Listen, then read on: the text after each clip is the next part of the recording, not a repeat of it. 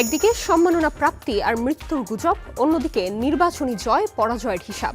সঙ্গে রয়েছে মঞ্চ মহড়ার 2 যুগের সফল যাত্রা আর দেশ ছাড়িয়ে বিশ্ববাজারে বাংলা সিনেমার দাপট। এমন রকমারি খবর নিয়ে সাজানো হয়েছে আজকের টুকরো খবর। চলে ঘড়ির কাঁটা, প্ল্যাটফর্মে বৈশা ভাবি কখন বাজে 12টা, কখন বাজে 12টা।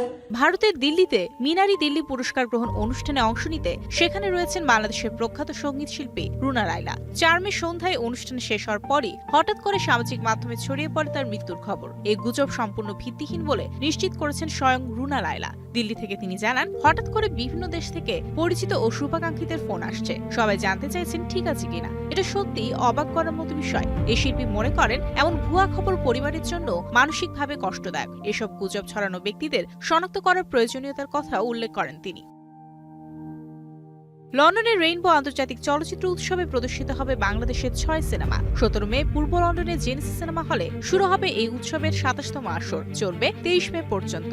সপ্তাহব্যাপী এই উৎসবে 10টি দেশের 25টিরও বেশি সিনেমা প্রদর্শিত হবে। উৎসবের উদ্বোধনী সিনেমা হিসেবে থাকছে সুমন ধর পরিচালিত আগন্তুক। এতে অভিনয় করেছেন পূজা চেরি ও শ্যামল মাওলা। বাংলাদেশের অন্য সিনেমাগুলো হলো সোহেল রানা বয়াতির নয়া মানুষ, জুবাইদুর রহমানের উড়াল, অনন্য প্রতীক চৌধুরীর নয়নট, আকাশ শখের দ্য ইউনিভার্সিটি অব জাঙ্কারপুর ও জ্যাক মিরের the story of a rock.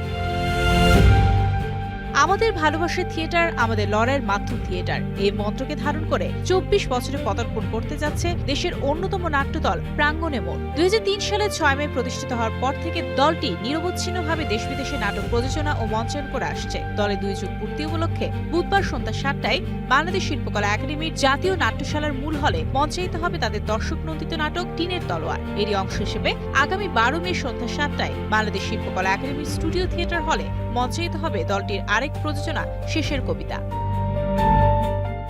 পশ্চিমবঙ্গের রাজনীতিতে গত কয়েক বছর ধরে প্রাসঙ্গিক টলিপাড়া তারকারা। 4 মে রাজ্যে গেরুয়া ঝড় ওঠার পর তারকাদের হারজিত আর মন্তব্যের দিকেও নজর সবার। এর মধ্যে প্রকাশ্যে আসে তৃণমূলের প্রাক্তন সাংসদ তথা ঢাকায় সিনেমার দুষ্টু কোকিল খ্যাত মিমি চক্রবর্তীর প্রতিক্রিয়া। এই নির্বাচনে আরজিকর হাসপাতালে নিজেতে তার মায়ের বিজয়ে তিনি বেজায় খুশি। খবরটি ফেসবুকেও শেয়ার করেছেন তিনি।